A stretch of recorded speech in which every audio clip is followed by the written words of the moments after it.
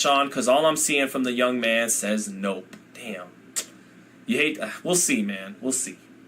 I think he could just be a young man dealing with his vulnerabilities and insecurities and all that, commitment issues and all that, and maybe we're seeing that play itself out in real time, and he'll you know, pull up from all that tonight, or you know, in the scenario I say. We'll see.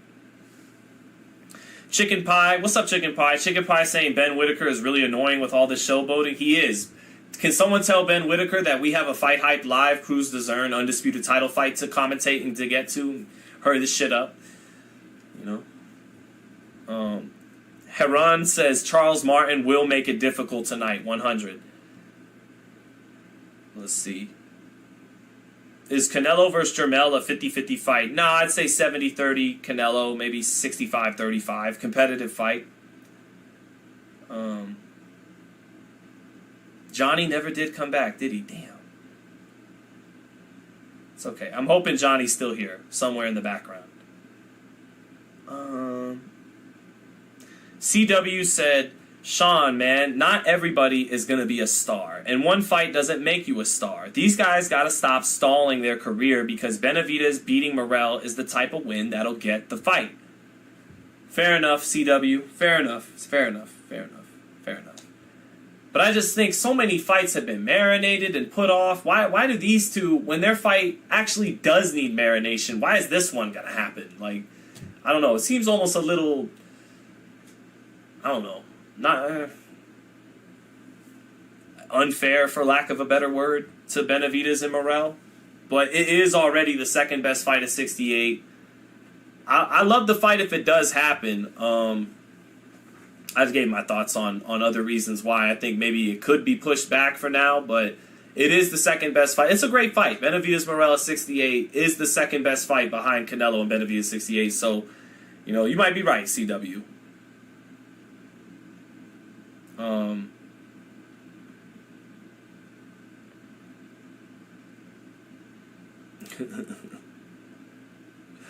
William Palma says, let's hear what you got today. Boycott all pay-per-view and make boxing free, paid by sponsors. Ugh.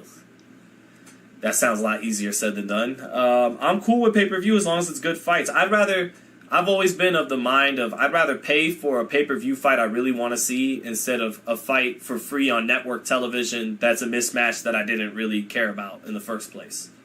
So sometimes you get what you pay for, you know?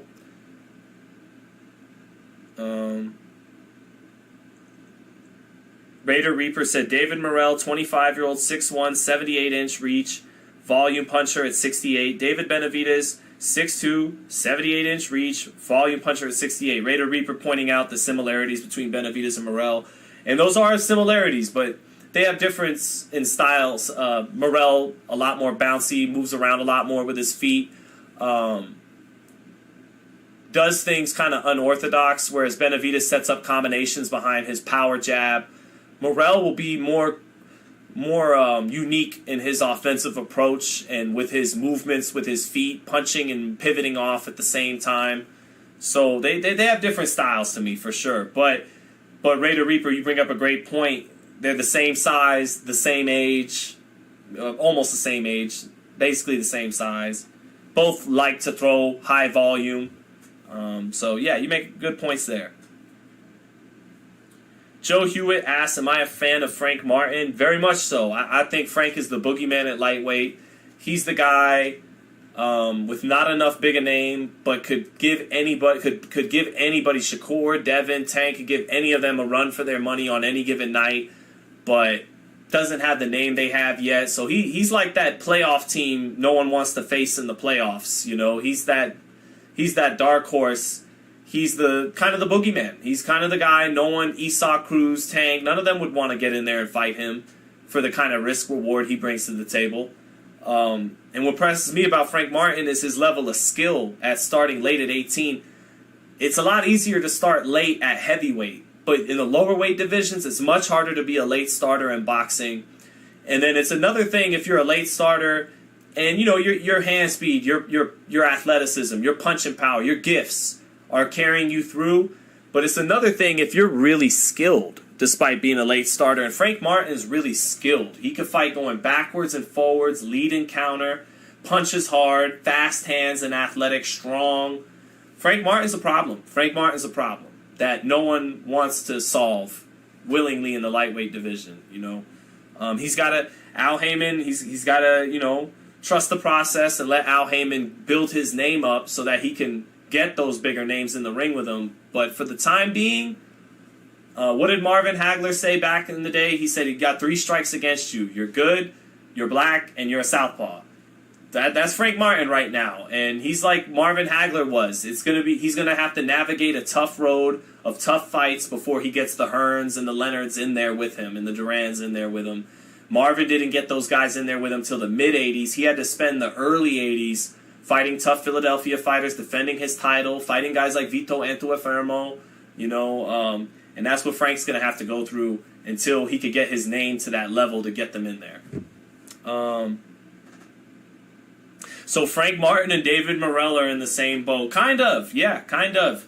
Dangerous. Morrell's younger than Frank Martin.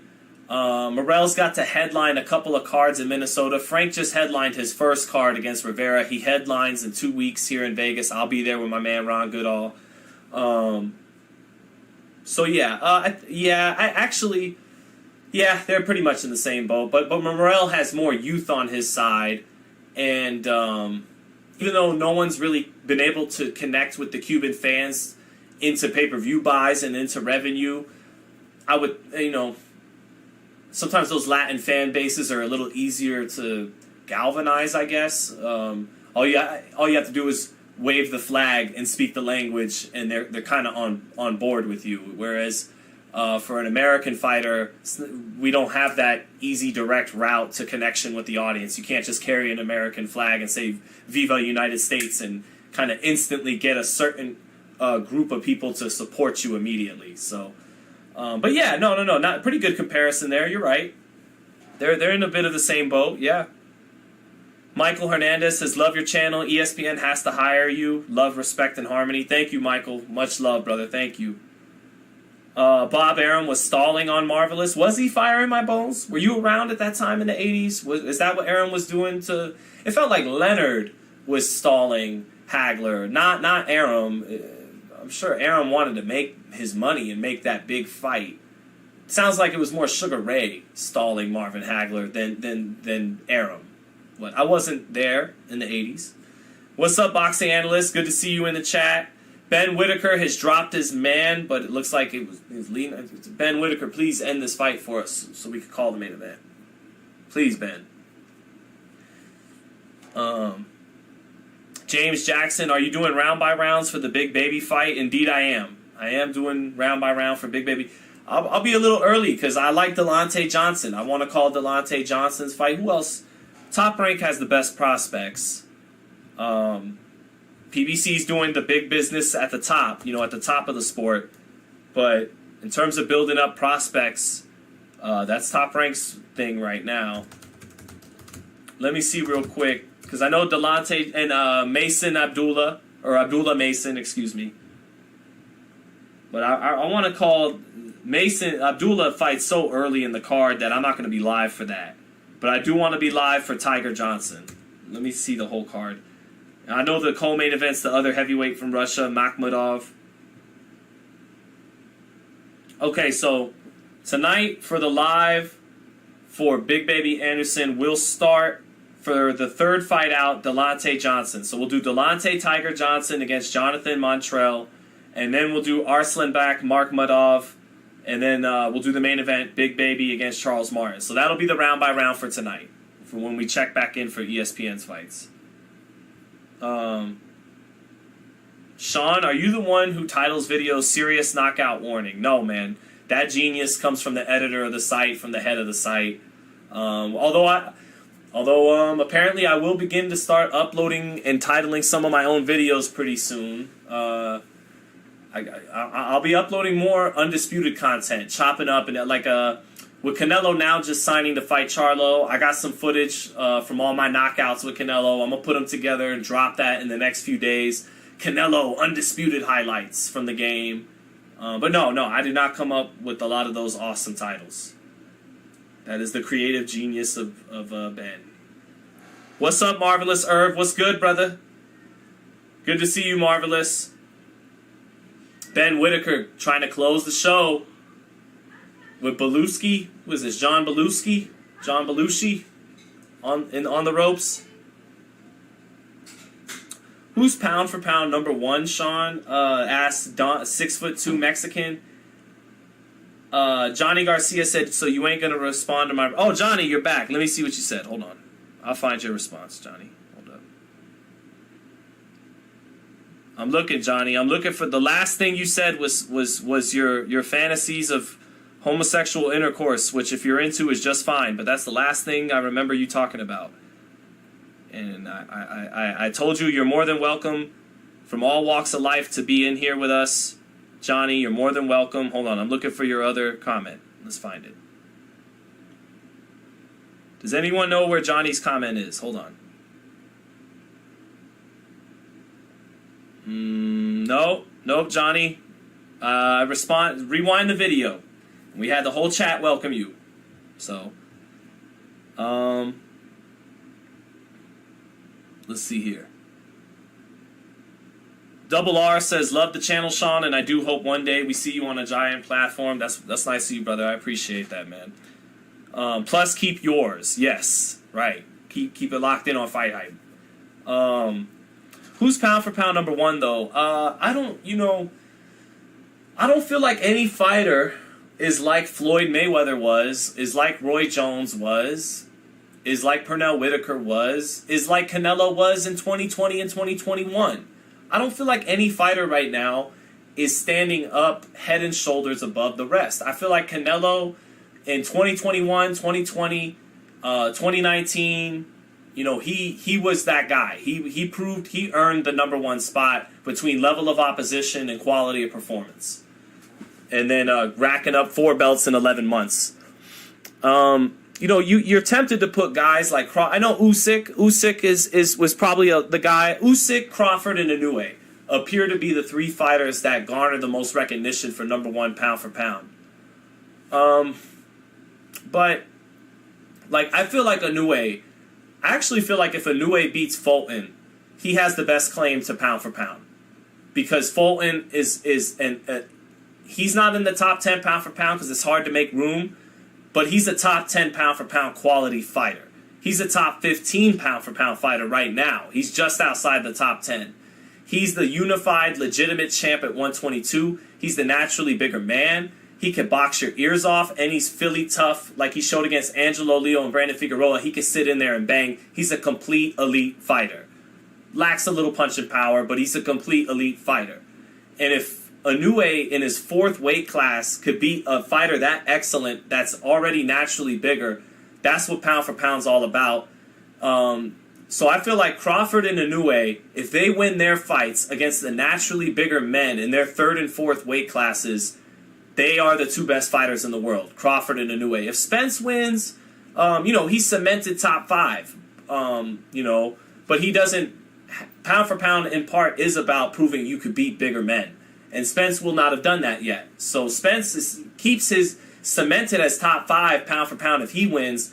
But I feel like Crawford and Inoue, if they get past Fulton and Spence, they're number 1 and number 2, however you want to have them, and Usyk's number 3. So that's how I see it right now.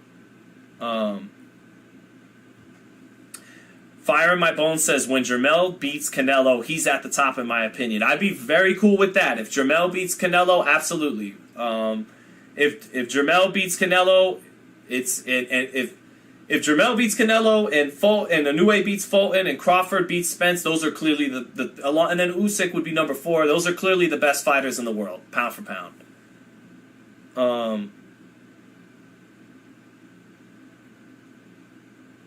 Oh, he said he was taking a quick dump, babe. Oh, well, that's his thing. That's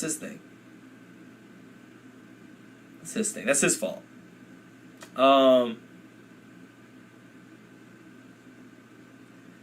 Babe, they want to know, Samantha, someone asked in the chat, my wife, if you're going to join for the prediction. They need your prediction too, babe. They don't just want to hear me. They want to know if you're going to join the round by round.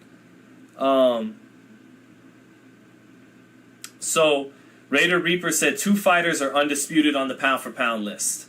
And that would be Canelo and Jermell, and they're fighting each other, right? So that's awesome. That is awesome.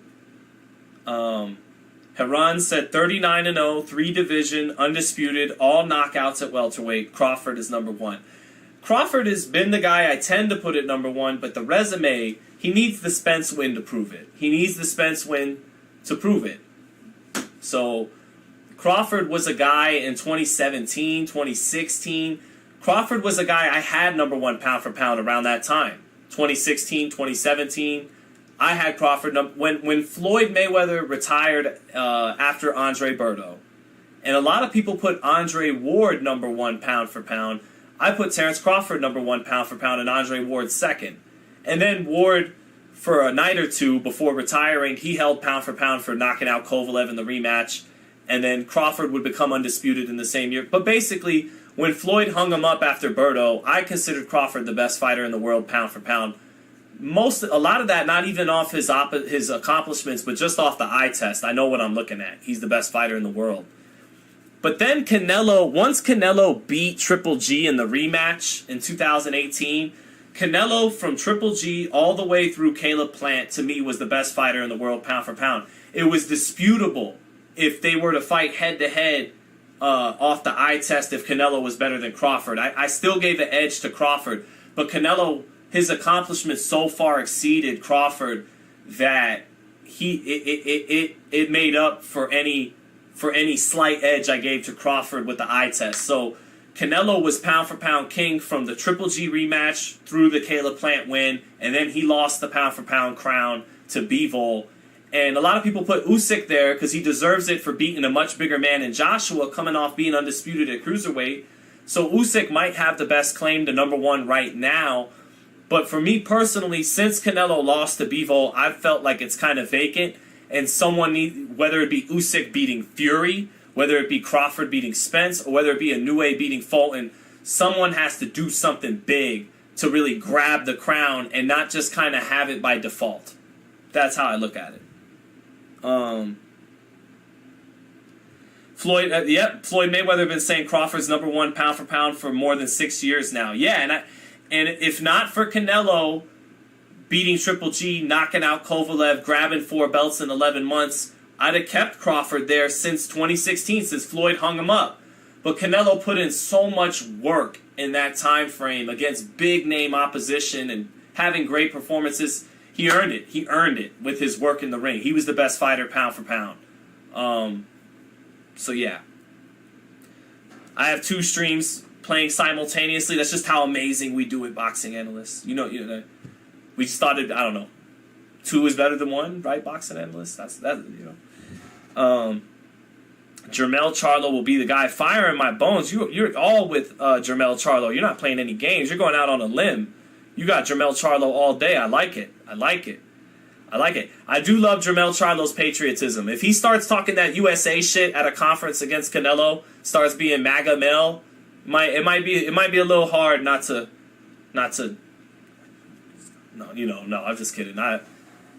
I just think it's cool that Charlo embraced the flag and everything. I know it's a more complicated situation in the United States why we don't have this uniform patriotism. It's part of what makes it great. We get to be critical of our country and speak up and say bad things about it, as opposed to other countries where you're forced to submit to state propaganda. And we got a lot of state propaganda and whatnot, but that was cool of Jermell Charlo doing something we don't see often out of the United States. He grabbed that flag and waved it against Castaño and made the promotion that much fun. I think it'd be fun if he did the same with Canelo. Bring the United States flag out just like Canelo brings the Mexican flag out. Bring some national pride to this fight. USA versus Mexico, the 2 best countries in all of boxing, sending their 2 of their best to get it in. Let's get it. Let's get it. Mexico versus Puerto Rico, Mexico versus United States. Franchon Crews-Dezurn warming up in the dressing room. Doesn't look that fast, and she doesn't have that kind of cut to her, but she looks very confident and comfortable in that dressing room right now. Does the undisputed super middleweight champion Franchon Crews-Dezurn main event next. So, super chat from another live. Okay. Let me see here. Hold up. Let me get to... Thank you for pointing out. So, got 2 lives going once, so let me catch that super chat back. What's up, Mr. Quake? Mr. Quake, another chat. All right, Jim, the boxing life. Thank you for the super chat, brother. Said, what do you think of Jared Anderson versus Daniel Dubois or Frank Sanchez? I'm giving him a lot of credit because Frank Sanchez is really good. I think he beats both, but Frank Sanchez is a much tougher fight. Frank Sanchez is a tough fight for pretty much anyone at heavyweight because he could box like a middleweight. He could move, and some people question his power, but any man at 230, 240, sitting down on his shots will get your attention. He has power, not a power puncher, not a knockout guy, but you know what I just said. And then Frank Sanchez is a very good boxer. He's one of the few guys like Jared who's not a stiff heavyweight. And he's in part is because he's not a huge giant heavyweight at 6'7", he's 6'4" like Jared is. They're almost the same size, and they're both outside of Tyson Fury, 2 of the most fluid heavyweights in the division in terms of they can move around the ring and be fluid like a middleweight. I think Jared punches harder than Frank Sanchez, and I think he fights with a little bit more spite and bad intentions than Frank Sanchez. He might get counterpunched by Frank Sanchez, fighting with that spite, fighting with no respect. But I think he punches harder than Jared Anderson, fights with a little bit more meanness. I think Jared Anderson punches harder than Frank Sanchez and fights with more of a mean heavyweight swagger in that division. And he matches the hand speed of Frank Sanchez. He's very skilled like Frank Sanchez. I think the difference between those two is that Jared might have a little bit more dog in him in terms of, pushing the fight, making the big shots happen. And I think he punches harder than Frank Sanchez. I'd give the edge to Jared, but that's giving Jared a lot of praise without being tested, without really being tested yet, because Frank is very good. He's a legit heavyweight contender. And then Daniel Dubois, Jared beats him. I just think Jared beats him. I just think Jared's better. A better all-around heavyweight prospect than Dubois is and was. And I just think Jared beats Daniel Dubois. I think the much tougher fight is Frank Sanchez. So, thank you for the super chat, Jim. Appreciate it, man. I'm good, Quake. I'm chilling, enjoying my Saturday from the office. This is easy work, having fun with you guys. So, happy you're doing good, Quake, and appreciate you asking how I'm doing too. UK Rob Boxing says, big up, Sean. Hope you're well, bro. You too. Is that Rob Tibbet? Is that Rob Tibbet with, is that you, brother? I know a couple of UK Robs, so, but shout out UK Rob Boxing. Marshall by KO is plus 450. Is it? That's a good bet. I think Marshall wins. That's a good bet. At plus 50, Marshall by KO. Because Marshall's a big favorite straight up to win. And yet they're giving her fat odds to not get the knockout. That's a good bet. That's a good bet. I think you made a good bet, sir.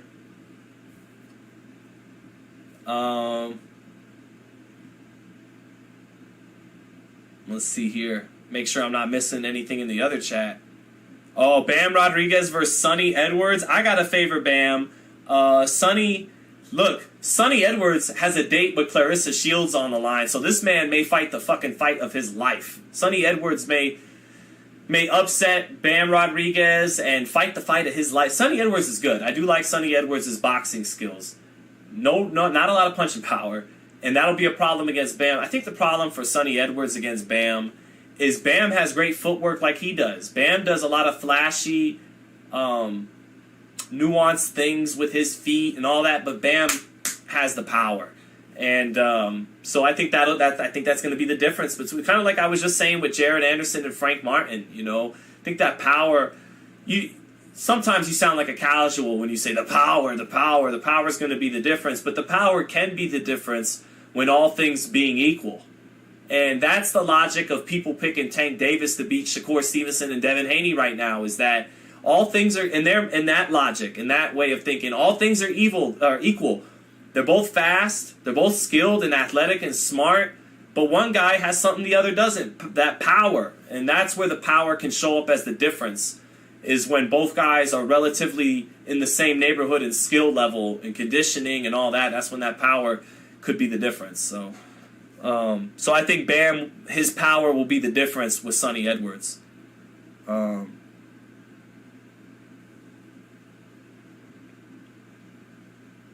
Yeah, man. I see a lot of laughing faces, but I'm not kidding. Sonny Edwards is gonna. That man might go out on his shield. That man might not stop throwing punches till the. He's not gonna stop. The man wants a date with Clarissa Shields, and Clarissa Shields said, if she's quote, if he beats Bam Rodriguez, yeah, I'll sit across the table and eat some food with him and have it. She even smiled while he said it. Sonny Edwards has so much more to fight for than being elite or a world title belt or making the UK proud or going back to Daniel Kinahan with a big smile. He has a date with Clarissa Shields. He has... where's that? Hold on, chat. You got to take this seriously. Road trip. Hold on. Where's that? Who's the... There it is. Sonny Edwards, he has this on the line, chat. He has even more important things than boxing on the line. It goes deeper than boxing. He has this on the line. He has this potential on the line. Those of you who saw Road Trip, you know, you've seen the memes. He has a lot more on the line. And he might, and that you give a man that much to fight for, he might pull off the upset. He might prove people like me sitting on their ass pontificating wrong. You give a man that much to fight for. We'll see. Sonny wouldn't know what to do with all that. Why would we gotta underestimate the man? Because he's 5 foot tall. We don't know that. Big things can come in small packages, you know. But Sonny Edwards might handle that for all we know. He might handle Bam Rodriguez and then handle Clarissa. And then we gotta put respect on his name. I don't think any of the above is gonna happen. But we keep an open mind here on Fight Hype Live. We take this serious. We take it serious. Take it serious. It's not a game. DeAndre, 23, he's going to be super focused. Going to be the most focused he ever been in his life. Clarissa and Edwards make a good couple. Don't you agree, Sean? I think they could have a flame. I can't see them lasting in marriage, or you know. But I think they could have a little flame for, you know. We get so serious with the boxing talk. Let's digress into a little romantic. Yes, I think Sonny Edwards could sweep her off her feet for about 2 months before she gets tired of him. I think he's got the charisma to do it. We all had those homies that were magic with women for they had a window before the women kind of figured them out and started to get annoyed by them. But that initial hit of charisma got them a lot of success with the ladies for a short, limited time. My boy Tommy Ciro from Queens, New York, he was the master of the 1 week girlfriends, and then they couldn't stand him after that. This man was like Sonny Edwards. Shout out Tom Ciro if you're watching. Tom Ciro from Queens. He used to be about 5 foot nothing like Sonny Edwards, and Mac on all the girls. Some of them beautiful, taller than him, and he would get them. And then a week later, they couldn't stand him. Sonny Edwards might be able to pull off something similar with Clarissa Shields. This is starting to turn into like Tariq Nasheed dating hour talk. All right, I digress. All right, we got a little lost here, chat. I'm sorry. Got a little lost here, chat. How long till the fight? We're about to start in a moment here. Ben Whitaker is holding out his ears like he's Hulk Hogan for the final decision, and he got it. Man, what a likable guy, Ben Whitaker. All right, main event time finally is on its way. Marshall versus Crews-Dezurn. I gotta favor Marshall, man. I give a lot of credit to Franchon Crews-Dezurn. Nothing's been handed to her in this sport. She's had to earn everything along the way. Even after becoming undisputed champion, literally achieving the highest regard she could achieve in her sport, she got dropped by her promoter. 37 years old. And some of these girls, they're young and like Sky Nicholson, for example. They're able to market off their sexuality and all that. And Franchon Crews-Dezurn, it's not ugly, but she's not one of these young heartthrob girls. Nothing's getting handed to her because she looks good or because she was in the Olympics. Or she's had to earn everything she's got. And that's why, despite being the undisputed champion, she's on the road as the underdog. So if Franchon Crews-Dezurn can pull this off tonight, just massive respect to her as a human being, not just as a fighter, for being able to beat the odds over and over and over again. But I do favor Savannah Marshall tonight. I like Marshall. I knew Shields would beat her, but there's only one Claressa Shields. Savannah Marshall is one of the best punchers in women's boxing, heavy-handed. Not an explosive puncher, not fast, but that heavy-handed, kind of country strong out there in England. And I expect her to win this fight, but we'll see. If Franchon can beat the odds again, tremendous credit to that woman. So we'll see what goes down. We're just waiting for main event time to start. Yeah, getting restless. Me too, man. We're getting restless. Oh, damn. Do I got some super chats to get to? My fault. Let's see. Hold on. Hold on. Make sure I didn't miss it.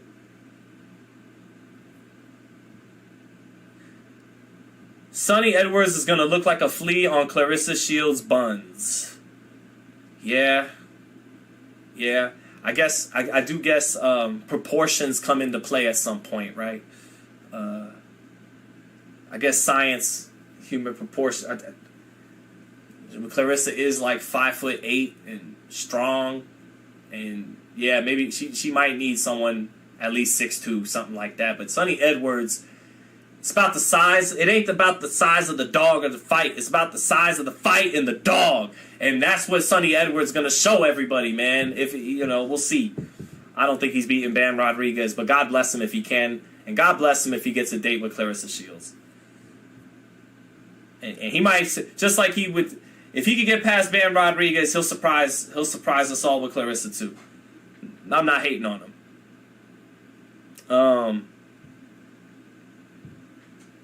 All right, enough of the Sonny Edwards. Claressa. I don't want Claressa Shields tuning in and then whooping my ass next time I see her. So enough. But I do think Claressa. There's only one Claressa Shields, man, and so, I think Franchon's gonna have a much tougher fight on her hands than Claressa did. Claressa has that hand speed cheat code, her hand speed combination punching cheat code. In emergency, press the red button that makes her throw 10 punches in 2 seconds.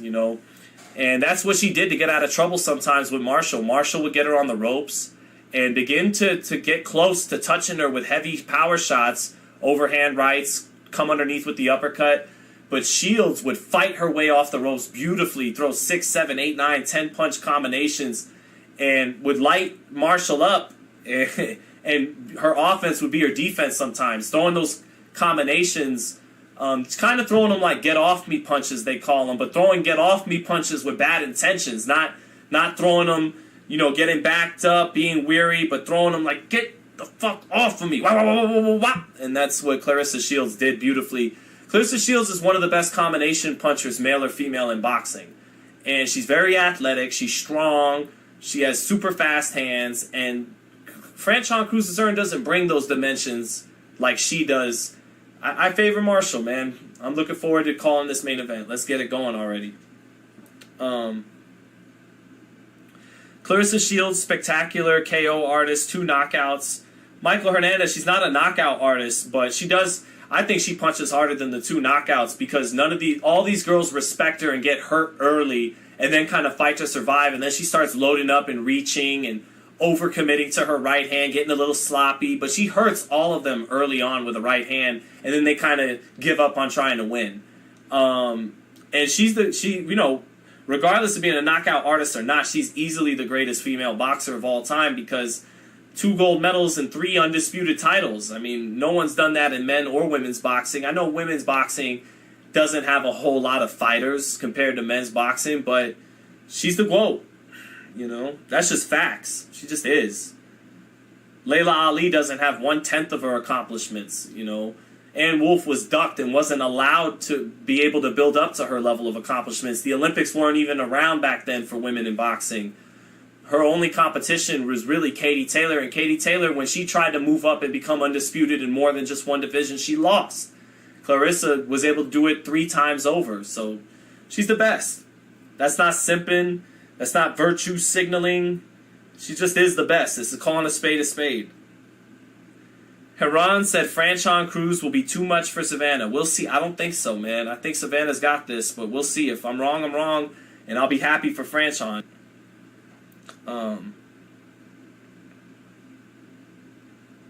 Fire in My Bones says, I gotta go. Ice Cube and Boys in the Hood. Is that you, Fire in My Bones? You out of here, or are you just quoting the movie? And he was amazing. I'll be back for Big Baby. All right, brother. I'll see you later, man. Thank you, Fire in My Bones, for hopping in. I'll see you for the Big Baby round by round. See you later, Fire in My Bones.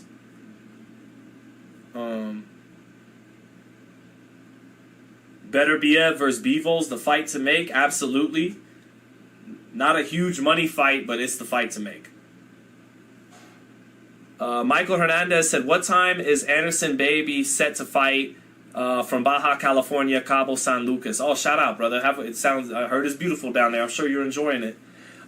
Jared will probably be on around 8 o'clock, and I'll probably go live around 6:30 West Coast time. Beterbiev beats Bivol? I don't think so. I think Bivol beats Beterbiev. Better jab, younger, and then has the physical strength to withstand the power when he needs to. That's just me.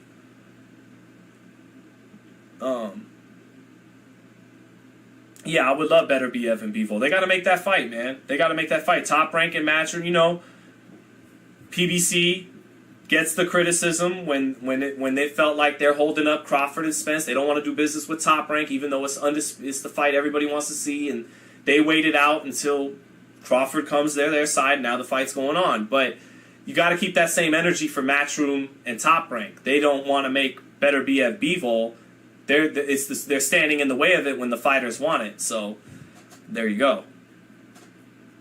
Molly Mall. Boxing analyst, what do you think about Chris Algieri? I think he's a brilliant analyst, very smart man, and then having been a former world champion, has all the credibility and experience to speak his mind and give his insight to us. So I've been playing phone tag with Chris Algieri. I was supposed to interview him this week, and we just can't get on the same page for scheduling. So be on the lookout for Chris here on FightHype soon. Molly Mall says, yo, Sean, how do you feel about the AB situation? What's up, Molly Mall? Great to have you in the chat, man, and thank you for the super chat.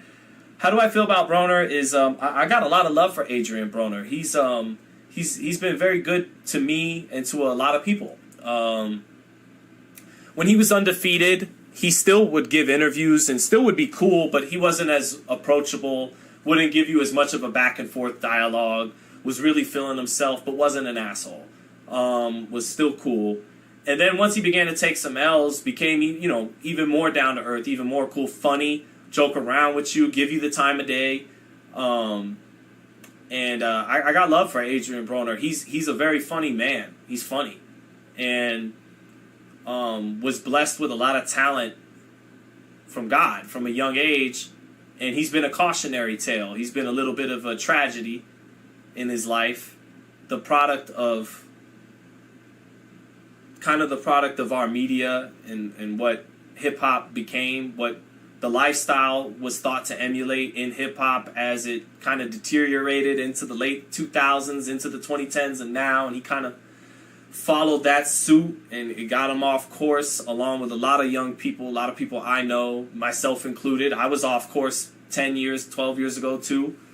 And so despite the empathy I have for Broner, and despite realizing he's a talented, funny man who's been generous with his time to a lot of people, we don't want to enable him at the same time. I see a lot of people upset at, the Danza Project for exploiting him, right? But they didn't put a gun to his head and make him show up in that intoxicated state. He's an adult, and he did that that's his fault. That's not their fault. They spent $10,000 on the interview, right? So no one's talking about how they kind of got fucked. Because everyone's in such a rush to paint media members as two-dimensional evil characters. No one No one, the media, everyone that's in the media is addressed as a two-dimensional kind of evil, opportunistic scumbag. And, but no one's thinking, well, dude, didn't they pay this man $10,000 to show up for an interview, and he shows up unable to deliver it? That's not very good of that's not cool of Adrian. That sucks for them. It sucks to be them in that scenario. So they're trying to salvage what they can out of it.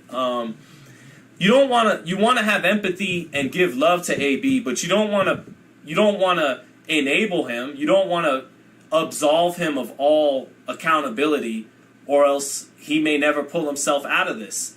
I liked how he looked again. One thing I liked about how he looked against Bill Hutchinson a couple weeks ago is it was the first time he looked like he wanted to be there. Like he wasn't just in the boxing ring because he needed to be for his livelihood. He looked like he fought with some purpose against Bill Hutchinson, and I was happy to kind of see him happy doing what he's best at again. But then it turns out that drinking problems are deep. My dad was alcoholic. I've been an addict in the past. I got over it, thank the Lord, but it's tough. It's a very tough fight, and I wish Adrian the best in this fight. But we don't want to bend over backwards and be enablers either. That's how I look at it. So, thank you for the super chat, Molly Mall.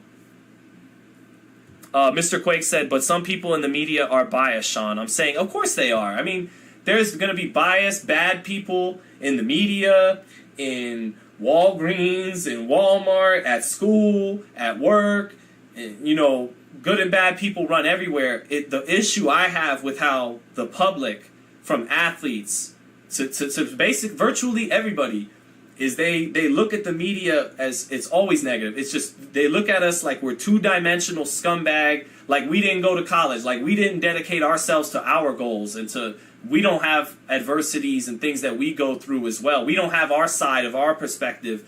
It's the Ari Gold effect. When you watch Entourage, you never feel bad for the motherfucker that Ari's chewing out. You identify with Ari. But in real life, Ari would be a dick to you too. And you'd be forced to identify more with the person getting yelled at who's not a multimillionaire. Same thing with professional athletes. The people watching at home, they always identify with the professional athlete talking down on the reporter, calling the reporter out, telling the reporter, you never dribbled a ball, you never threw a football, you never boxed before.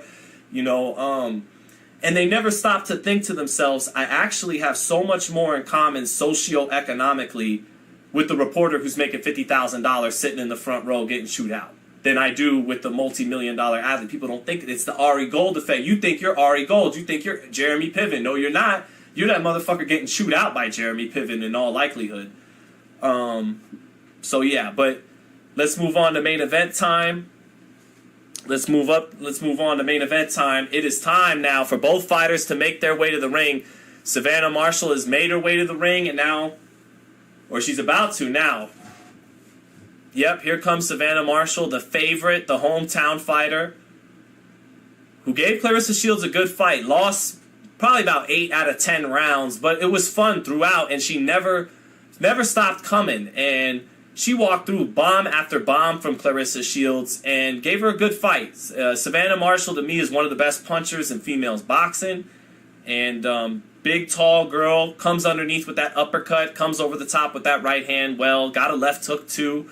Kind of slow, but strong. Very good puncher is Savannah Marshall. The heavy favorite tonight, despite being the challenger, and she's making her way to the ring.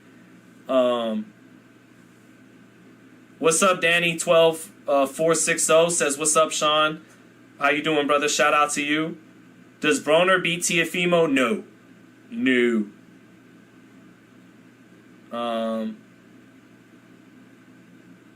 So let's see.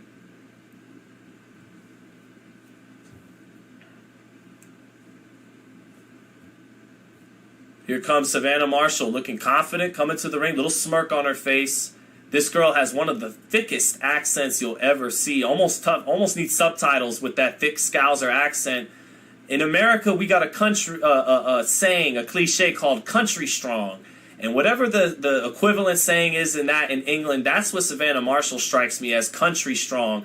Different country, not the United States, it's England, but she just looks like a countryside girl who's not built with a lot of lean cut muscle, but built with a lot of natural physical strength, and she's wiry. She's got that tall, long arms, got real power on the end of her punches. Mean girl in that ring, trained by the uncle of Tyson Fury, Peter Fury. She's got some of that Fury in her with the loosey-goose, hands down, punching loose with her style.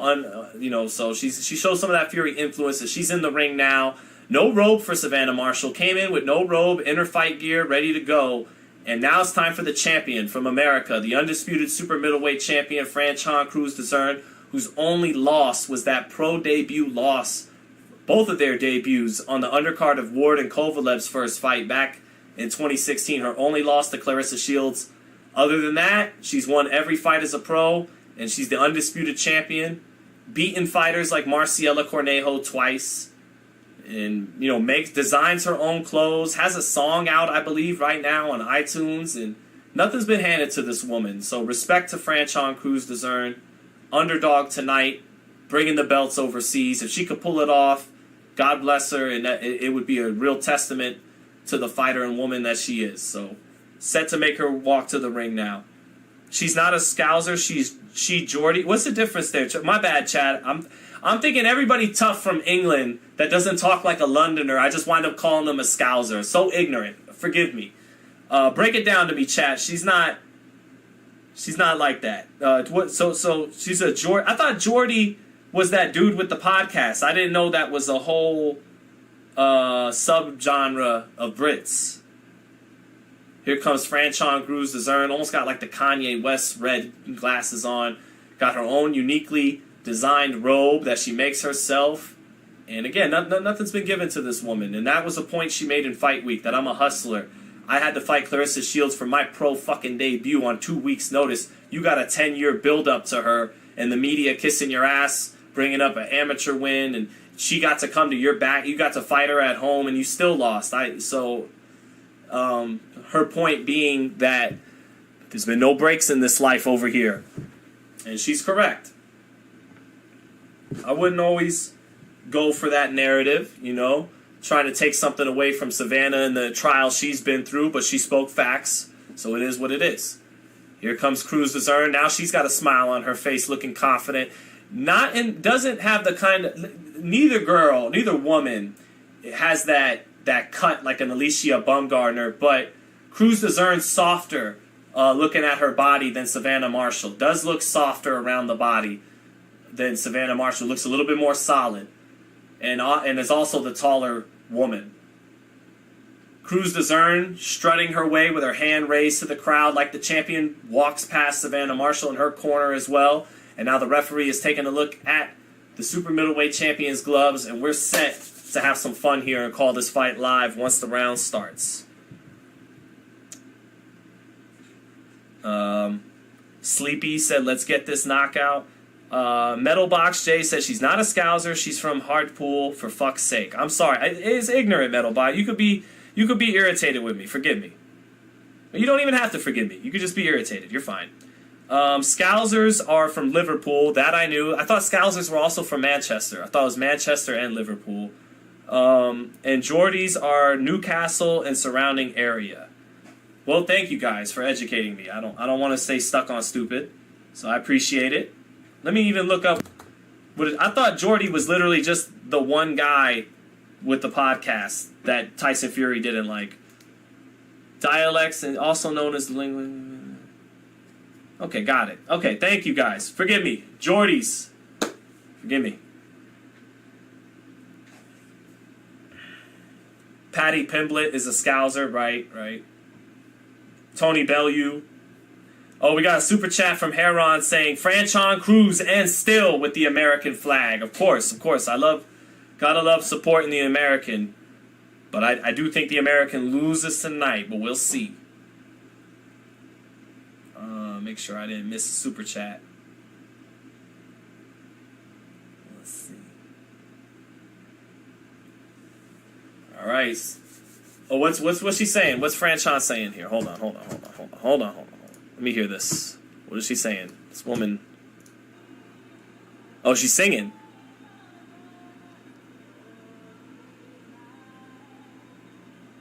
Oh, she's singing the anthem her damn self. This woman has to make her own trunks, has to promote her own fights, manage herself, probably had to buy her own fucking flight to get out there. Now she has to sing her own anthem too? When will enough be enough for Franchon Crews-Dezurn? Jesus. Can we get this woman some help? It's alright. It's alright, Franchon. The true American way. Singing that anthem.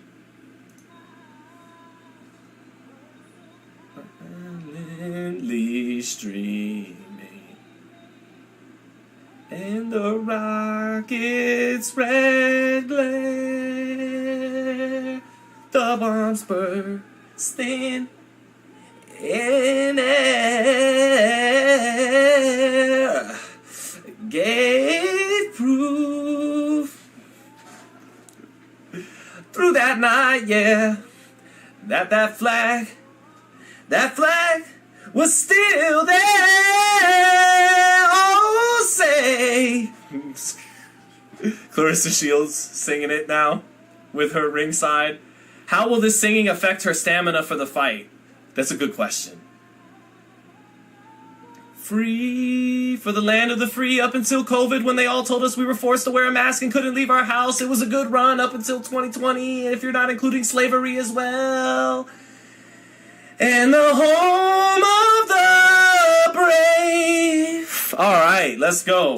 It's fight time now. Let's go. Shout out to Franchon Crews-Dezurn for singing the anthem, though. And I'm sorry I made you guys sit through my anthem. But I thought, I was trying to be a little funny with it. I was trying. Hard to pull massive. Liam, come on, say... Come on, bruv. Hard to pull massive, yeah. Savannah Marshall. So. Oh, one Kiachi Jennifer said, and forgive me for the pronunciation, said, enjoying your breakdown from Nigeria. Shout out to Nigeria, man. Awesome people. Love all the African fans from Nigeria, Namibia, Ghana, and more. Amazing people from Africa. Super brilliant, humble, been through so much. So, yeah, shout out to Nigeria, baby. And a lot of our best American fighters, African-American fighters, like Floyd did his 23andMe and found out he was mostly Nigerian. So I wouldn't be surprised if a lot of our African-American fighters are of Nigerian descent. So, shout out to Nigeria. Mink Schultz says Cruz gets off balance a lot, could get caught during that. We'll see. Time to spank the yank, says Metal Box J. There we go. Let's see.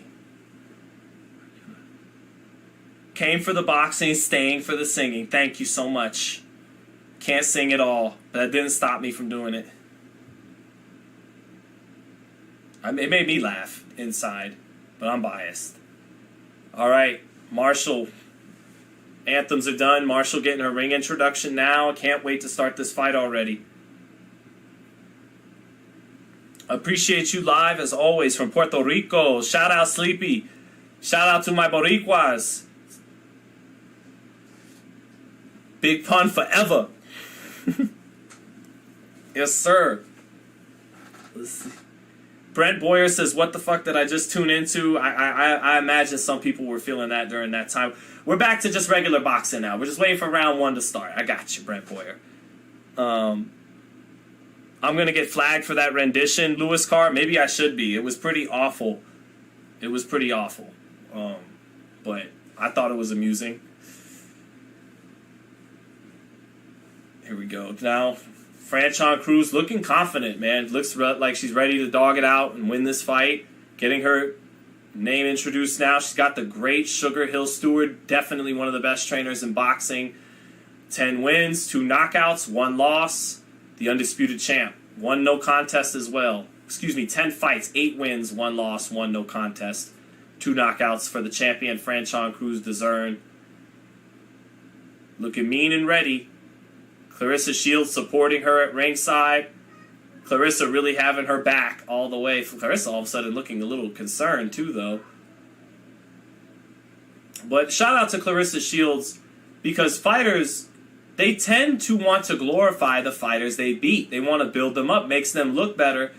And if Clarissa was being a pure narcissist, she'd actually be rooting for Savannah Marshall because she never would want anyone else to beat Savannah Marshall but her. But because Franchon has a sisterhood with her, they both made their pro debut against each other. They're both, black American fighters, black female American fighters. She's supporting her friend, and good on Clarissa for that. Because again, if she was a true narcissist and it was just all about her, she'd actually want Marshall to win because it makes her look better. So, but here we go. All right, round one about to start. Here we go.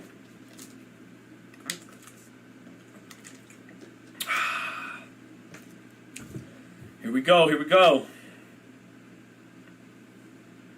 All right, round one, and we begin. Franchon Crews-Dezurn starts with a jab in the body, lands the jab up top, taking the fight to Savannah Marshall, leans down on her head as Marshall tries to clinch there in the center of the ring. Marshall eating that jab up top, little double jab, and flailing to the body there by Franchon Crews-Dezurn, but Crews-Dezurn starting well with the jab. Ooh, right, 1-2 down the pipe by Marshall off the mark with lots of power, but Dezurn getting her chin off the line. Dezurn popping her jab in, out jabbing Marshall here in the first 30 seconds. Let's go of a combination up top, but Marshall slick dips underneath that combination to the head. They trade jabs. Crews-Dezurn landing that jab again up top after they trade jabs to the body and to the head. Crews-Dezurn landing a little bit of a right hand over the top behind her jab, starting with a big pace and punching to Marshall's body, but almost a little bit too much energy out the gate from Crews-Dezurn, who's definitely winning the first minute of round one, but expending a lot of energy in round one. Marshall's face already a little bit reddened up top from some of those jabs and that overhand right earlier in the round. Marshall stepping in, eating 2 or 3 jabs, and Crews-Dezurn just firing off shots, and Marshall dipping underneath and getting into the clinches. And already Marshall, one of her braids a little loose from that jab. Jab lands for Crews-Dezurn. She steps back now. Marshall coming forward with that left hand low, finally lands her jab up from her hip. Jabs to the chest of Franchon. Now a right hand comes in over the top as Marshall begins to find the range with her up jab from her hip. Marshall getting herself into the first round now, landing some of those jabs. Crews-Dezurn landing her own jab, trying to come over the top with the right hand after that jab, but Marshall dipping down away from it. They trade right hands. Marshall gets in the left hook after they both get their chin off the line to get away from the right hand. Marshall with a better close to this round than she began. That braid is already looking loose. Oh, overhand right lands from Franchon Crews-Dezurn as they open up and in exchange in the center of the ring.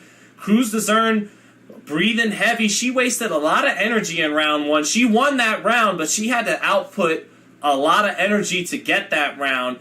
Out jabbed Savannah Marshall that round, but Marshall did begin to find her up jab. Marshall coming in with those low hands, that left hand way low. Crews-Dezurn keeping her hands up better, but Marshall did land a right hand here on the slow-mo replay. They show a right hand landing off that jab. She did get in that right hand, and they both missed right hands, and then Marshall landed that left hook to close round one. But Crews-Dezurn had a strong first minute. Marshall came on strong in that last 40 seconds, but I thought Crews-Dezurn did enough in that first minute to offset the work late by Marshall. Sky Sports, being a little biased there for Marshall, only showing her replays. I gave that round to Crews-Dezurn, 10-9. 10-9, but I didn't like how much energy she had to put out there to win that round. Here we go, round two, and Marshall, the bigger woman, stands right in front. They fall into the clinch, and Dezurn punching with her free right hand in the clinch. Marshall just holding and eating some of those right hands in close. All right, they break apart. Crews-Dezurn backing away to her right, shoots a 1-2. Marshall dipping away from it. Marshall shooting her up jab. Now lands her right hand after finding the range with her up jab, then moving her head underneath the response shots from Crews-Dezurn. Marshall dipping underneath a straight right hand and then covering up for the left hook. Looking to close distance with those hands low. Looping overhand right, touches Crews-Dezurn from Savannah Marshall. Didn't get full oomph on that. Crews-Dezurn rolled some of it, but part of that landed on Crews-Dezurn, that overhand right. Now Crews-Dezurn clinching Marshall in the center of the ring. Crews-Dezurn keeping those hands up. Marshall with that left hand low. Crews-Dezurn jabbing Marshall back into the center of the ring to create some room. They trade jabs in the center of the ring, and Crews-Dezurn is just getting off. She's throwing more punches than Savannah Marshall, not necessarily landing them, but just being busier. They trade jabs in the center of the ring. Crews-Dezurn landing that jab with the hands held high, and Marshall exchanging, throwing her up jab, and they trade there. They're trading their jab. Nice up jab from Savannah Marshall in the middle of the ring. Then she jabs to the body. Crews-Dezurn missing her combinations up top. Marshall dipping below those combinations decently well. Eats a jab now. And then Crews-Dezurn busier in the clinch. It's not pretty work, but she's working her hands in the clinch more than Marshall is. Marshall, Cruz stepping over to her left. They trade a little bit there in the center of the ring. Marshall landing her right hand in between a double jab by Crews-Dezurn. Coming over the top of that double jab with her right hand. Nice left hook to the body by Crews-Dezurn. Marshall trying to catch and shoot with a right hand. Oh, 1-2 lands for Marshall here in the last 10 seconds. And that's it for round 2. That 1-2 near the bell for Marshall, but to my eyes, Crews-Dezurn out-hustling her early on through 2 rounds. She may pay a price for that as the fight goes on, but I've edged her out those first 2 rounds, having more desire, out-hustling Savannah Marshall. Savannah Marshall getting underneath a lot of those combinations up top, either getting underneath or catching them, but she is eating the jab of Franchon Crews-Dezurn a lot, and she touched Franchon with the right hand a couple times there, but it was in between Franchon working in the clinch, Franchon touching her with the jab, Franchon just letting her hands go with combinations. So, you know, this could be a different card in the UK, but I got it 20-18 for Crews-Dezurn.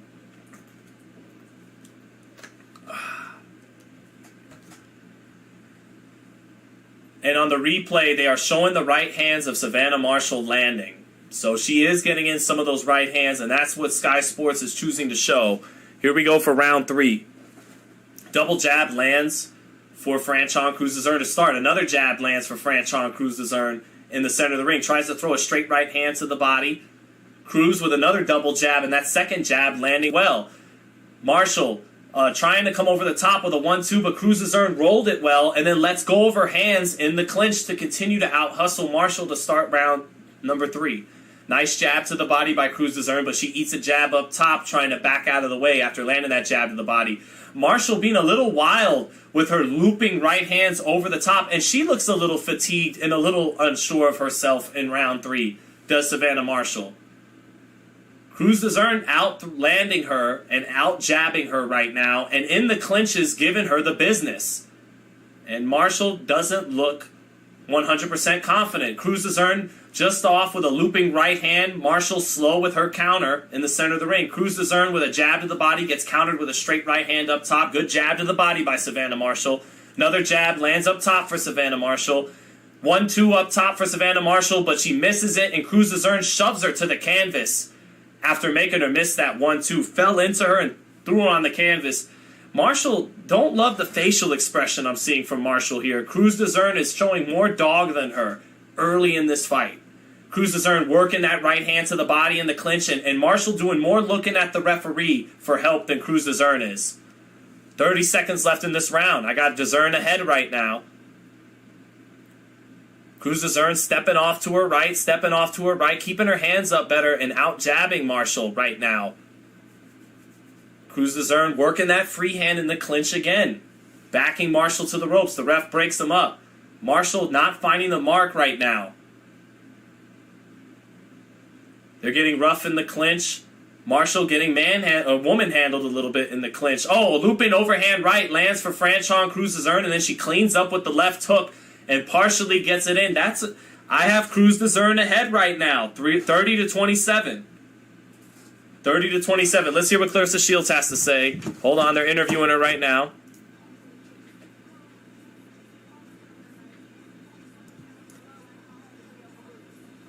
So Clarissa has Cruz winning right now.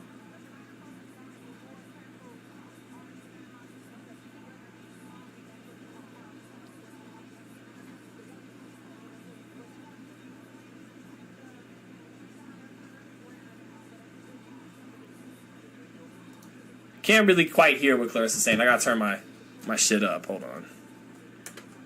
But I have Crews-Dezurn up 30-27 right now. You know how your boy does. I may pick one fighter to win beforehand, but once that bell rings, if something different than I thought was going to play out, we call it like it is. And right now, the American, Franchon Crews-Dezurn, is up on my card 30-27. Here we are in round 4. I don't love the body language and expression from Savannah Marshall. They both begin with their jab, and Crews-Dezurn is backing Marshall up. She eats a jab, eats that up jab, good up jab. Oh, Marshall just off with a sneaky right uppercut and then lands a hard jab. Marshall beginning to throw her shots with more conviction now. That's the first time I saw that right uppercut. Maybe Marshall is woken up. Crews-Dezurn getting her in the clinch. After that jab she lands, Marshall holding her own, getting a little rougher in the clinch, but Crews-Dezurn hits her on the break a little bit, gets away with it. Marshall with a straight right hand through the center. Crews-Dezurn rolling some of it off, and then Crews-Dezurn wild comes back with her own wild right hand, and they do a little twist and turn, and Marshall goes to the canvas in the roughhousing in the clinch. Now they're both back up. Center of the ring. Cruz letting go of her little right hands to the body in the clinch as Marshall doesn't punch in the clinch as often. Minute left in this 4th round. Better round for Savannah Marshall right now. Marshall coming in with those low hands, getting out-jabbed by the higher guard of Crews-Dezurn, whose jab has to travel less of a distance, not having to pull it up from her hip. Marshall with that up jab, setting up a little bit of a combination up top. Crews-Dezurn holding on, smothering some of those shots. Crews-Dezurn off the mark with a looping overhand right, tries to clean up with the left hook behind it in the clinch. They exchange in the close. Marshall getting in her left hook in between Crews-Dezurn's punches twice there, but Crews-Dezurn taking that punch good. Crews-Dezurn, good 2 right hands to the body by Crews-Dezurn. Marshall comes back with a straight right hand out of that clinch. 10 seconds left, and this looks like it'll be Marshall's first round on my card. She needed it. Marshall, don't love her body language, man. Crews-Dezurn is fighting with more passion, more dog in her. That's it for round 4. 39-37. Franchon Crews-Dezurn. I give Savannah Marshall her first round in the 4th, but it wasn't a dominant round by any means. She did let go of that uppercut with bad intentions for the first time all night. Didn't quite land it, but it looked good. And then landed her jab hard a couple times early in that round.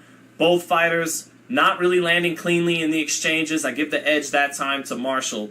3-1 for Crews-Dezurn. Here we go.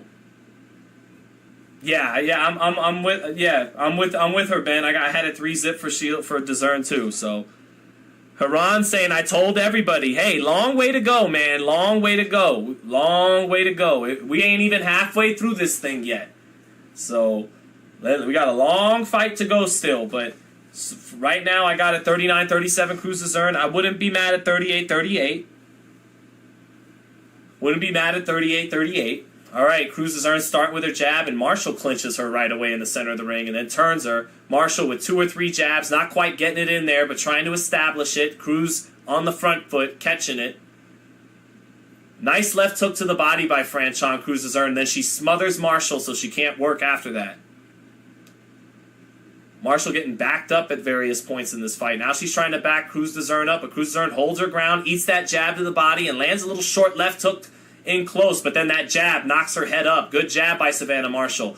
Marshall not finding the right hand, though. Crews-Dezurn coming back with her own 1-2 down the pipe, and then digs in a little left hook to the body, and they fall, and then clinches Savannah Marshall. Crews-Dezurn just giving her the business in these clinches more. Marshall not looking comfortable. Marshall looked more comfortable walking through bombs against Clarissa Shields. Marshall coming in with her jab, but getting her work smothered. Crews-Dezurn letting her hands go in close in between the clinch. Marshall landing a little bit to the top of the head with her free right hand, but can't get the extension on her power shots like she wants to. Short with her jab. Crews-Dezurn smothering her jab a little bit, and Marshall, frustrated, throws Crews-Dezurn to the ground. Referee wipes Crews-Dezurn's gloves and warns Savannah for turning and throwing her to the canvas. Oh, right hand lands over the top for Savannah Marshall and finishes that right hand with a jab as well. Nice jab lands for Savannah Marshall. Nice right hand in close lands for Savannah Marshall. She gets the better of that exchange as Crews-Dezurn opened up in close.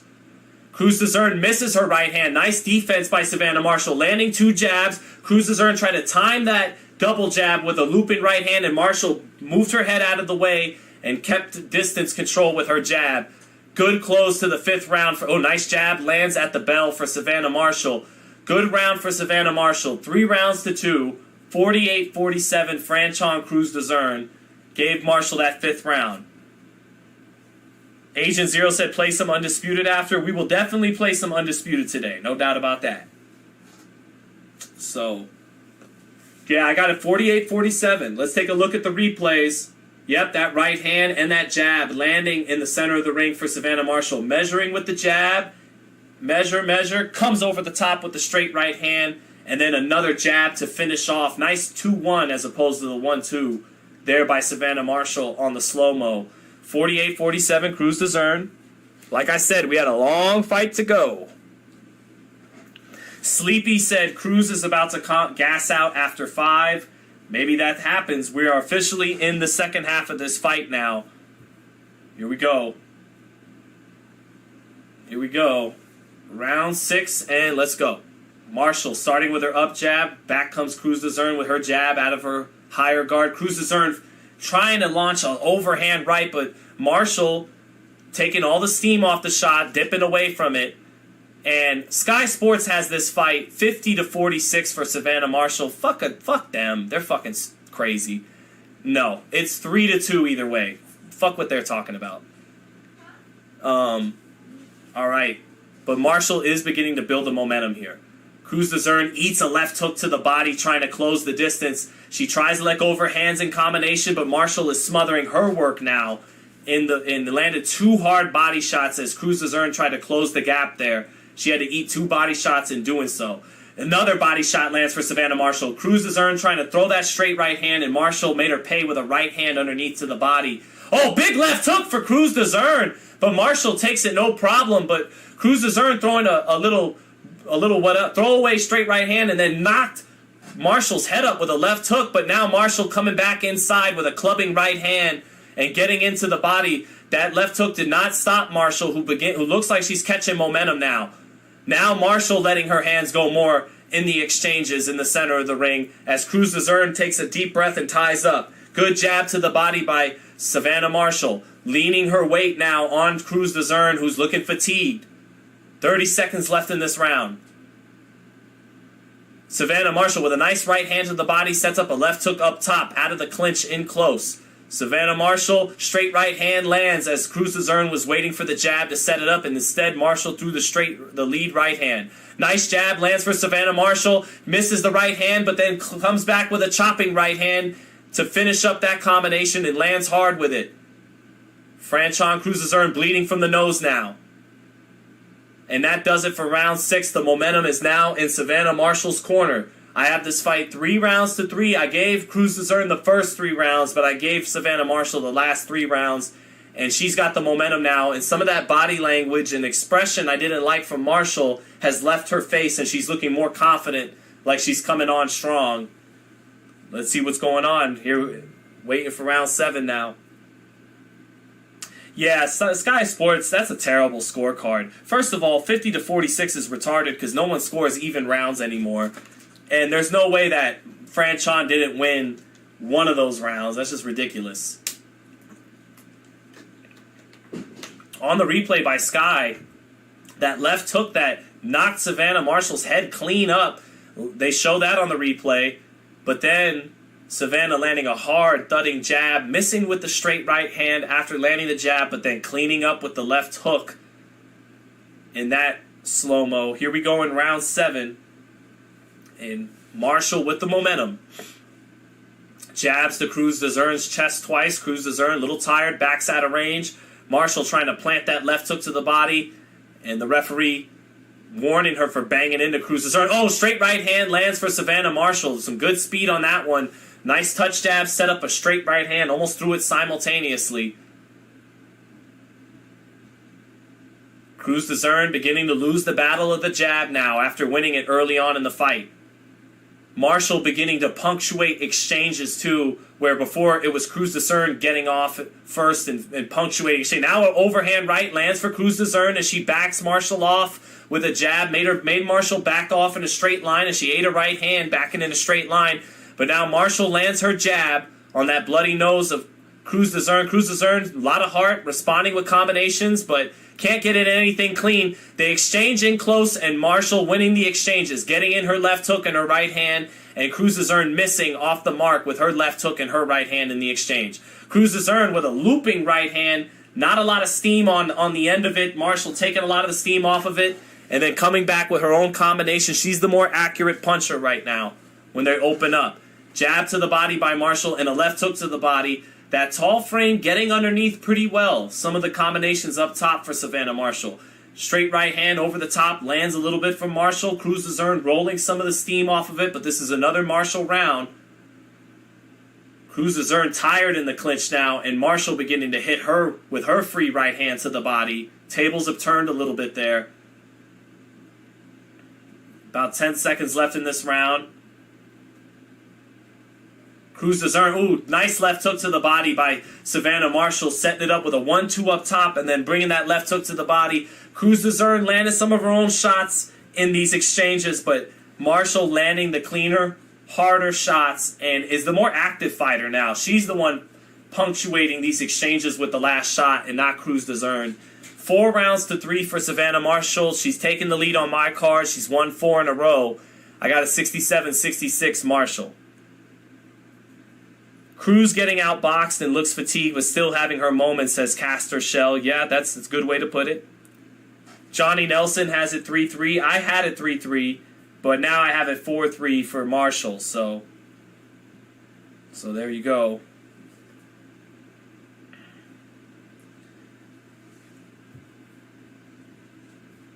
Yeah, she got off to a good start, did Franchon Crews-Dezurn, but you could tell it was probably not going to be sustainable. Clarissa Shields really cheering Franchon on ringside. Cheering her on big time, but it's Marshall with the momentum right now. Here we go, round 8. 3 rounds left in this undisputed title fight. Marshall pawing with her jab, sets up a straight right hand. Nice left hook to the body, backed by Franchon Crews-Dezurn though, as she kept her feet planted and had to eat that straight right hand off those jabs that were set up by the jab of Marshall. But she came back with a nice left hook to the body. Marshall opening up with a 1-2. Another little sweeping, sneaky right hand to the body lands for Crews-Dezurn. 30 seconds into the 8th. Jab to the body for Savannah Marshall. Back comes to the body with clubbing shots as Crews-Dezurn, but she eats a right uppercut twice on the inside while just trying to dig to Marshall's body. Crews-Dezurn still in this fight. Crews-Dezurn, little short, reaching with a straight right hand to the body. Gets leaned on in the clinch some more by Marshall. Marshall looks tired, breathing heavy herself. Minute left in the 8th. Straight right hand touch lands for Crews-Dezurn. Marshall letting go of her hands in the clinch after Crews-Dezurn lands that little touch straight right hand. Closer round here. Marshall getting rough with Crews-Dezurn in the clinch. Roughhousing her, landing some shots a little bit without full extension. Referee is warning both ladies for fighting rough now. Marshall missing a sweeping right hand, trying to throw it like a right hook off her jab, that up jab, but Crews-Dezurn, good defense, gets her hand up to block it. Cruz eating the jab, eating a little bit of a straight right hand as she tries to close distance. Marshall with a nice left hook to the body, good punch placement after throwing a 1-2 up top. Left hook to the body in the center of the ring. Crews-Dezurn not able to come back with anything that time in the clinch. Marshall missing a sweeping right hook up top. Crews-Dezurn dipping her head down low, getting leaned on in the clinch. 10 seconds left. Good up jab lands in the center of the ring for Savannah Marshall. Another up jab lands for Savannah Marshall. Crews-Dezurn trying to sit down on power shots, but inaccurate. Jab to the body for Savannah Marshall, and Savannah Marshall outboxed her that round. Crews-Dezurn trying to sit down on overhand rights, trying to come with power shots, but now, letting that jab, that up jab land to Savannah Marshall. Some shots in between her wide looping shots. Marshall placing a couple shots in between. 77-75, Savannah Marshall. I've given her 5 rounds in a row. 5 rounds to 3. 2 rounds left in this fight. Yeah, round 8 was a little closer. I still gave it to Marshall, so 5 rounds to 3. Here on the replay, it's the jab and the straight right hand landing in close for Savannah Marshall. And a little bit of a left hook to the body, too. Especially fighting at home, you've got to think that Marshall is probably ahead at this point, and Crews-Dezurn is going to badly need these last 2 rounds to remain champion. Here we are in the 9th. Crews-Dezurn with a tired overhand right. Falls into the clinch, digging little right uppercuts to the body on Marshall, but not a lot of extension on those punches. Marshall lands her little up jab, but Crews-Dezurn letting go of her hands, eating that jab and trying to get to the body of Marshall, who holds on. Marshall with the up jab. Crews-Dezurn trying to come over the top of it. Misses that over top counter. 2 nice left hooks to the body for Crews-Dezurn in the middle of these exchanges. Marshall trying to dig with uppercuts, but Crews-Dezurn doing a good job of getting her chin off the line, and she actually landed 2 left hooks to the body in that sequence. Marshall missing her right hand over the top. Crews-Dezurn with a wild, hard, straight right hand in the middle of the ring, trying to take Marshall's head off, but missed it. Marshall with a double left hook after getting her head off the line in the right hand, and Crews-Dezurn falling into the clinch. Marshall with left hook to the body, left hook to the head. Good double left hook by Marshall. Crews-Dezurn able to catch. 45 seconds left in this round. Competitive round. Marshall probably ahead, though. Crews-Dezurn not letting that right hand come all the way over the top with that jab. Nice jab to the body by Marshall. Marshall sitting down hard on a right hand that split the guard a little bit of Crews-Dezurn. Marshall winning this round. 30 seconds left. Another jab lands for Savannah Marshall. Crews-Dezurn getting her chin off the line to not get hit by the right hand after the jab, but 2 jabs hit her. Both of the right hands missing after the jab. Crews-Dezurn bleeding from the nose. Another jab lands for Savannah Marshall. Heavy, stiff jabs thrown from the hip by Savannah Marshall. Crews-Dezurn able to get her head off the line to not eat the 2 after the 1, but that 1 busting her nose up. Crews-Dezurn trying to work in the clinch, but nothing successful. Blood from the nose and mouth of the champion. Going back to the corner for the final round. I have this 87-84, 6 rounds to 3 for Savannah Marshall. I gave Crews-Dezurn the first 3, and I've given Marshall the last 6. So, yep. Savannah is winning, says Black Spade. Danny 12460 says Sean, I have it 5-3 for Marshall as well. Weedy Gonzalez, what's up, Weedy? Much love to Weedy Gonzalez, says Savannah landing the more effective punches. Absolutely. Singing that national anthem may have been costly for that stamina. Indeed, well, that's why I felt bad for the woman. She had to sew her own outfit, probably had to fly herself out. She walked herself out. She didn't even have the entourage. She had to sing her own anthem. Even the great Clarissa Shields cheering her on ringside may not have been enough. Both fighters touch gloves to start round 10. Undisputed super middleweight title hanging in the balance on my card. Marshall just needs to stand up to take home the belt. Got her up 6-3. Marshall beginning with that up jab, those 1-2s. Sky Sports has Marshall winning every round. I think that's a terrible scorecard. I gave Crews-Dezurn the first 3. They let go of exchanges, both giving as good as they get, but Marshall with the heavier hands is going to have the advantage whenever both fighters land. 30 seconds into the 10th. Crews-Dezurn, very tired, so is Marshall. Both ladies fighting through fatigue. Crews-Dezurn, oh, nice right hand in close by Crews-Dezurn. Throwing little clubbing shots to the body, gets a little distance as Marshall tries to back off and eats a right hand from Crews-Dezurn. Now Crews-Dezurn trying to open up to the body, eats a sweeping right hand in between her punches by Savannah Marshall that knocked her head up briefly. Crews-Dezurn taking the fight to Marshall. Crews-Dezurn trying to get off, but getting hit with punches in between her aggression, in between her trying to smother Marshall and get to her body and club her with clubbing shots. She's eating shots in between those moments. Oh, right hand lands for Crews-Dezurn as Marshall trying to dig to the body. Crews-Dezurn landing that straight right hand in the middle of the punches in the center of the ring. Nice left hook to the body for Crews-Dezurn, punching in between Marshall's punches. Marshall throwing big clubbing haymakers a little bit there.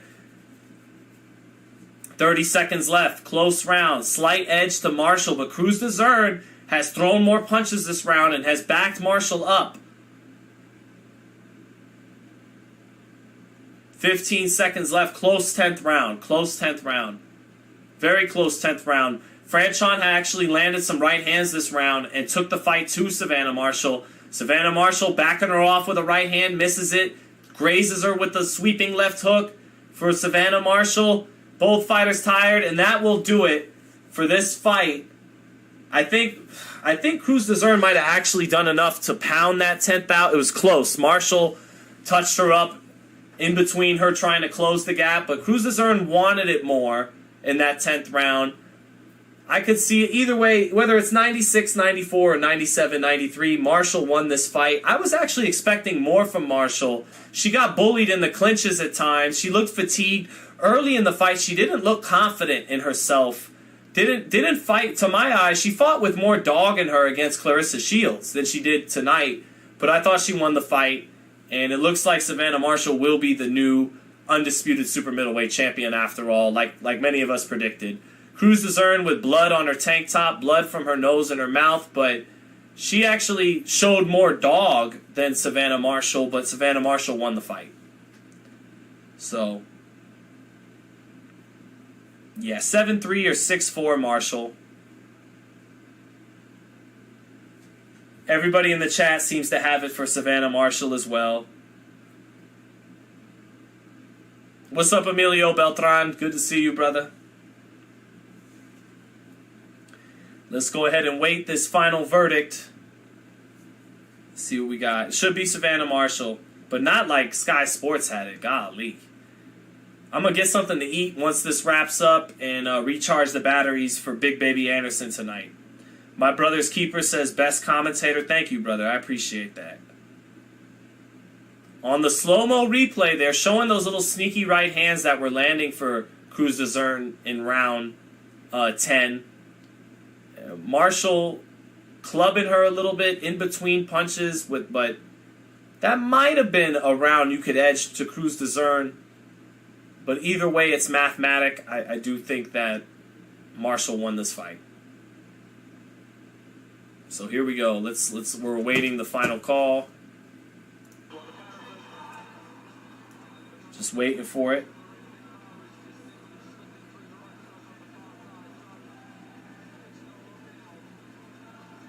Claressa Shields seems to know.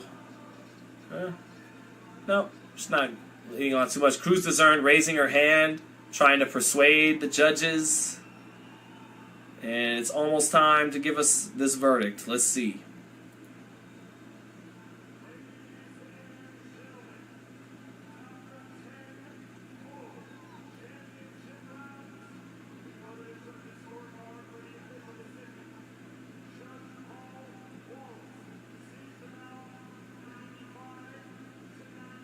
$95-95, a draw on one card. 99-92, that's going to be Marshall. And 97-93, and the winner, and the new Savannah Marshall wins the fight. The new undisputed super middleweight champion. Obviously, Franchon Crews-Dezurn doesn't agree with the decision. I think 99-92 was really bad. 97-93 is fair. 95-95, I think it was closer to 95-95 than it was 99-92.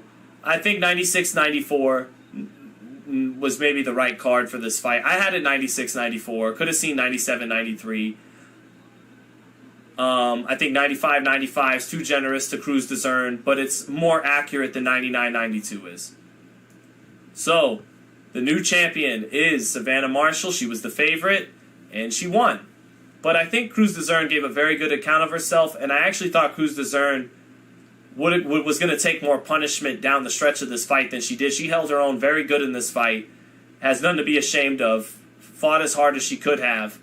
But Savannah Marshall is a strong girl. She could punch. And outside of Claressa Shields, I don't know who's beating her. So, yeah, Savannah Marshall won, chat. Shout out to the Geordies, not the Scousers. Shout out to the Geordies. She still can't beat Claressa Shields, but nobody can. So, she has that in common with every other female walking planet Earth that would try to put boxing gloves on. She can't beat Claressa Shields. Her and every other woman on planet Earth. But other than Clarissa Shields, Savannah Marshall is the queen at 68. Wouldn't be surprised if these two rematch. Shields beats her again. The only person that could beat Clarissa Shields is pregnancy or Clarissa Shields. That's it. Ooh, Shadeja Green. Yeah. Shadeja Green's the best fight out there for Clarissa. Shadeja Green might beat this girl Savannah. For sure. I gotta do a little tape study. I'd have to really break my fighters down and study things, but Franchon Crews-Dezurn, all class, smiling, being funny in the ring with Marshall after the ring. But she deserves a tremendous amount of respect for the career and road traveled and how she fought tonight. And my utmost respect to Franchon Crews-Dezurn in the losing effort. Yeah, man, but Shadeja Green, she's a problem. She deserves to fight the winner, so to fight Marshall. She might beat Savannah Marshall, man. I remember watching Shadeja Green spar Sean Porter. So I know what she's all about. That's a tough fight for Clarissa, too, because I say this as a compliment. Like, Shadeja brings... She brings a little bit of an element, like a masculine element to fighting her, like Ann Wolfe did. Like, you almost feel like you're fighting a man. So she's not feminine, like, physique-wise and whatnot, you know. She's kind of like Ann Wolfe was in that regard. She brings a certain level of masculinity to the ring that 99.9% of female fighters won't. And that in and of itself would be interesting to see Clarissa go up against. Because Clarissa's very fast, and people think because she doesn't get knockouts, Clarissa's strong. She's a strong 5'8", 5'9", walks around 165, muscle, strong. And Shadeja Green might be the only girl out there stronger than her. So I would love to see that fight. Hey, Tufan Anons. Shout out to Tufan Anons. Shout out Weedy Gonzalez. Shout out Sleepy. Sleepy, you called it. Marshall got that dub. What's up, Red?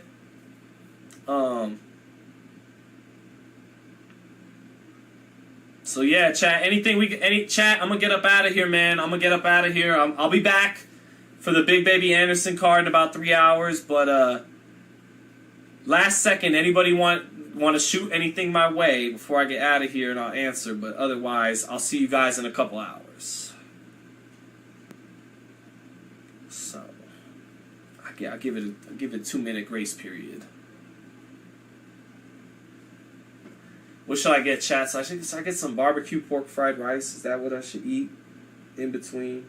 I don't feel like cooking. I don't feel like asking my wife to cook. It's her Saturday too. I don't want to ask her to do that. Savannah Marciella. I think Cornejo's going to 54. Ben Shalom. I don't know about Ben Shalom, chat. His lisp annoys me. See you later, Sleepy. Don Carlos, who do you think will win? I'll close on this. Who do you think will win? Ortiz, Stanionis, or Enes Villa? Enes over Villa. His talent is just too much. He can do too much. He's too fast, punches too hard. Villa may test him. Villa may hurt him because Boots sometimes has a leaky defense despite all the great athleticism and different moves and coordination he could do. Sometimes that chin's exposed, but he'll beat Villa. And then Ortiz will beat Stanionis because he's got a better jab, punches harder, and he's a little bigger. But all right, chat. Chat, check back in about 3 hours, 6:30 West Coast time. I'll be going live once Delonte Tiger Johnson starts fighting. I'll do Delonte Johnson's fight, the Russian heavyweight Makhmudov, and then the main event Jared Anderson. Everyone, keep it locked in on FightHype, and I'll catch up with you guys.